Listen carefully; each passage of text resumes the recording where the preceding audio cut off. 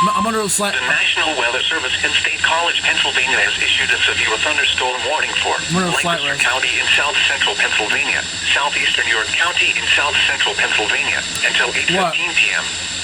At 6:44 p.m., severe thunderstorms were located along a line extending from Columbia to Grove to Stewartstown, moving northeast at 30 miles per hour.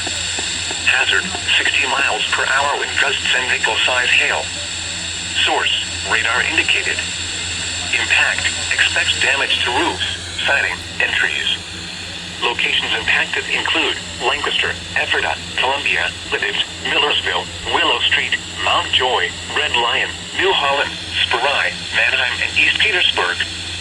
This includes the following interstates: the Pennsylvania Turnpike for mile markers 270 to 295. Interstate 83 between mile marker 0 and 10, and near mile marker 12. Stay inside a well-built structure and keep away from windows. Repeating, a severe thunderstorm warning has been issued until 8:15 p.m. for the following counties: Lancaster and York.